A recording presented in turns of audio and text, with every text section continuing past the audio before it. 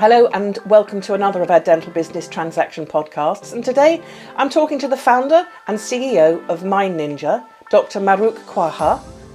Now, Mind Ninja is a wellbeing company that helps dental and healthcare professionals enhance their mental well-being through resilience and well-being training. And they do this, as Mahrukh will explain, by sharing evidence-based mind tools, positive psychology, neuroscience and mindfulness.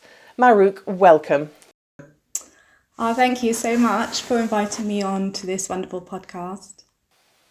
Pleasure. Now, first of all, let's talk about what's your vision, Mahrukh. For me, really, and the purpose for actually founding Mind Ninja was to help dental professionals feel more engaged at work, more optimistic, happier, and thrive. I feel like it's an area that's quite commonly missed when we talk about the mental well-being of the profession. There isn't much focus on prevention. There is a lot of focus at crisis point. So really the vision is to help all dental professionals, dental teams feel really happier at work, more engaged and flourish. I should imagine you're kept very busy, aren't you? Because there's a lot of stress out there in the workplace. As well as everything that's been going on, but just generally speaking. Tell me about your path into psychology and mindfulness, because obviously you're a dentist, but let's talk about what made you divert into this as well. So yes, I'm a dentist, a general dental practitioner. I graduated about 12 years ago. And during my experience of clinical practice, working in a really busy dental practice, I experienced burnout a number of times and depression, and it really led me to think, what's going on, what preventative solutions are there in this profession, what evidence-based things are there for us, which really led me to kind of research what was available. And I was really shocked at the time that, again, there seemed to be this big focus on crisis point. So, you've reached burnout, but nothing focused on before that point. And that really led me to really research what interventions are available for us. And I found psychology. I actually did a integrated BSc as a dental student. So I had that under my belt.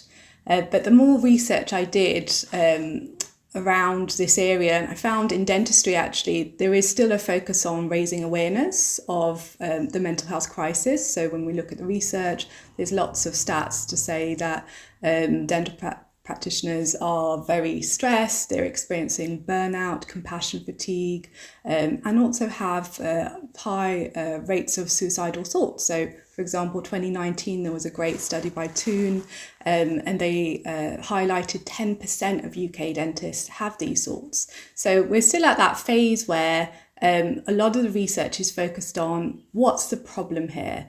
The next phase, we haven't quite got there in the world of research in dentistry, which is around interventions. There are a few, very select few studies, but not that many. But if we look at medical professionals and healthcare, there's a vast amount of research. And that led me to discover mindfulness-based interventions, cognitive behavioural therapy, to help us when it comes to boosting our well-being, and also positive psychology, which is an area I'm really, really passionate about. And I then went on to complete my master's in applied positive psychology.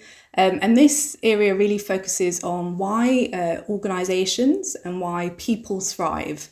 And it's focused very much on things like mindset, happiness, positive emotions. So not just, the elevated emotions, but we're also talking about self-compassion, mindfulness, and resilience as well. So all of these topics are massively crucial when we're talking about really kind of empowering ourselves when it comes to having these tools early on. So we've got something in our back pocket. What can we use if we experience obstacles and challenges? And as you rightly said, there are so many stressors in dentistry already. Mm-hmm.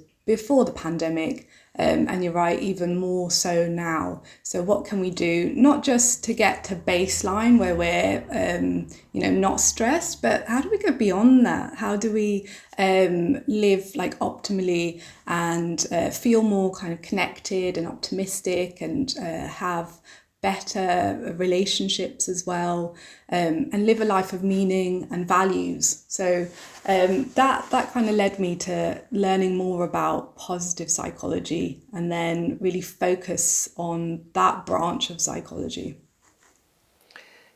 It's fascinating because you touched upon, improving relationships. And of course, a lot of business owners, not just dental principals, they're so busy looking after everybody else that the last person in the queue is themselves, because there's so many stresses, so many burdens on running a business and surviving through everything that we've all been through, cash flow, keeping the boat afloat, so to speak.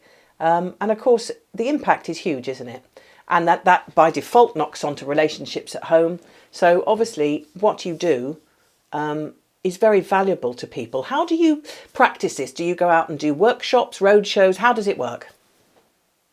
Yeah, so I started off actually team training. So in 2019, I would go to dental practices and we'd do half a day or a couple of hours workshop covering all of these areas around kind of understanding stress better, understanding how our thoughts work, and then incorporating practical kind of tools within the workplace, such as mindfulness and self-compassion, and things that we can use kind of in the moment when we're stressed with patients. And then, of course, building happier teams as well. So that was my focus. And then the pandemic happened. And in my head, I always thought that with these workshops, they needed to be live. It's really important that I connect and I talk about this in a more live setting. I couldn't actually really appreciate what it could look like online, but I have to say it's been really, really great in terms of moving this online. And I moved from webinars, which I initially did with lots of different dental organisations, and then I moved from that space to online workshops, which is really, really exciting to think about. Move from kind of boring didactic kind of teaching in a way to something that's like more engaging. How do we help dental professionals really apply this? And that was through kind of breakout rooms and using these kind of tools and getting the dental professionals to try it. And that was super engaging. I have to give a shout out actually to a number of people that have really helped me to get to this place. And I think it's really important to kind of go with that gratitude mindset. And for me, it was Tim Newton, who actually taught me psychology as a dental student. And so initially, when I was thinking of this concept of kind of marrying psychology with mindfulness and neuroscience, I would go and see Tim and have these meetings and just have these discussions around, what can I do as a dentist to help in this space? Because it really felt like, there's a void here. We're talking a lot about patient psychology. How do we get patients to be more motivated, improve their oral health, but nothing on clinician well-being. And so he was really, really important in, I think, just taking those first steps and also just believing that I could do something, because I was stepping into the world of psychology, and that comes also from a place of perhaps a little bit of imposter syndrome. I'm a new kid on the block. Can I actually help anyone? So there was a lot of that initially. And Dr. Janine Brooks as well really helped me in terms of mentorship.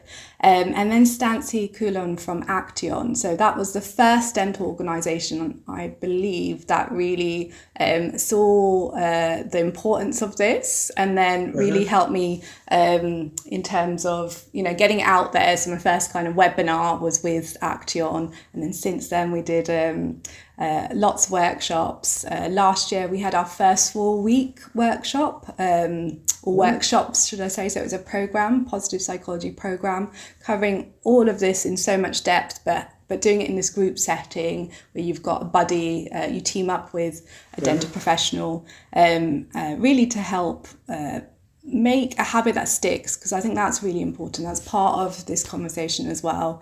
How do we not only get the information out there, but how do we also help dental professionals kind of make those changes in a really kind of meaningful way?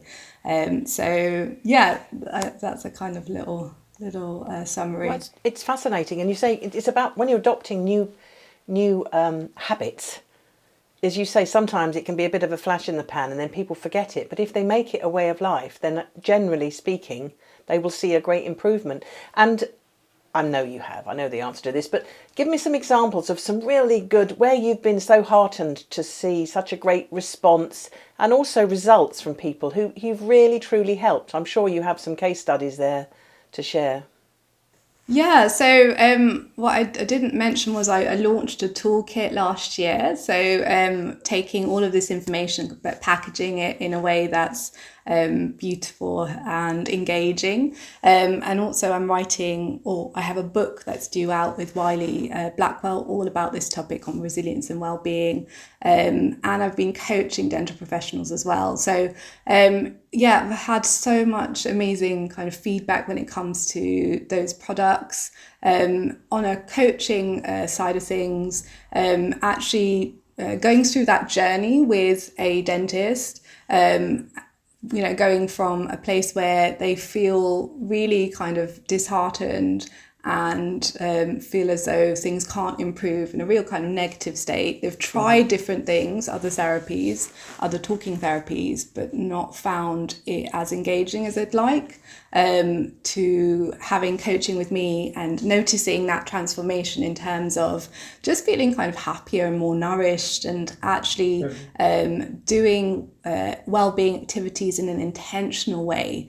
It's been kind of really nice to see that a person kind of evolve through that and feel empowered, because a lot of what I'm talking about are things that perhaps we know about or heard about or read about, but we don't quite know how to integrate that. So some of it's just like I said, kind of coaching someone through and having those conversations, those check-ins, and being that buddy with them to so that they can flourish and just feel kind of more engaged with their life, and that's really important.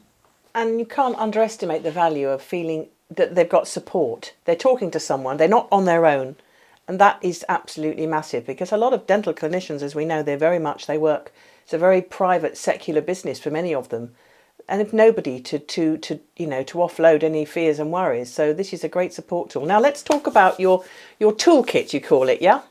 Yes. Now, for those of you that are not watching the YouTube version of our discussion, Mahrukh is now going to hold up to the camera. Is that right? Yes. There we go. Talk us through the toolkit. Yeah, so I created this product last year. So what that means is I literally designed every aspect of it. I thought about the illustrations. I worked with an illustrator. I wanted it to represent the diverse kind of population that we have in dentistry. I didn't see myself reflected in the products out there, so it was really important that it was engaging. And the idea really is a product that explores some concepts in mental health and well-being, but also then helps you apply these activities. So really kind of a practical way of integrating these well-being activities. So some of the cards are really based on explaining some of the concepts, and then the other cards, which have got an illustration like this one, and then they've got a purple colour at the back, are activities that you can do. So you can literally pick up a card and do that activity, whether it be at home or in the workplace. And sorry, what I was going to say as well, that the idea was really to help boost positive thoughts, feelings and actions through this toolkit. So it's actually what we call a self-intervention. So you can even, practice this for like a month or a week and just notice how this boosts your well-being. It's a super little pack, isn't it? And I was trying to say, come on, what's in the box? that you've shown me now. Yeah, So you have these cards, and it's exactly. portable. One can take it away with you. Travel a gift for people. So that's really good. That's super. And obviously, at the end of this, or we will our discussion will let people know how they can get hold of you and how they can order this, pack, which can help a lot of people. And it's a good start for people to understand. Recognition, of course. I know that you were shortlisted finalist at the Private Dentistry Awards in 2020, and you were named in the top 50 in dentistry in 2021 by FMC for your work on mental health. So well done, Mahrukh. That's absolutely a fantastic testimony to all the work that you've put into this and the passion, which is obvious. From your own perspective, and obviously the business, how have the last 2 years been? Not only as a dentist, but in your role at Mind Ninja.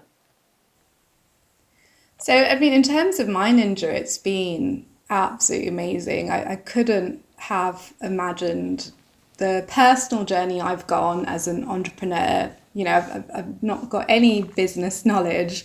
So just kind of learning how to go about, creating a product or teaching, how do you engage and break down really complex psychological concepts in ways that we can understand that is actually even related to dentistry. So I feel really, really proud when it comes to that. Being a voice around preventative well-being and clinician well-being makes me really happy. Also having this book that's going to be coming out in the summer with Wiley Blackwell. So in the last 2 years, I was really fortunate to land a publishing deal with them. And so I've been writing this book.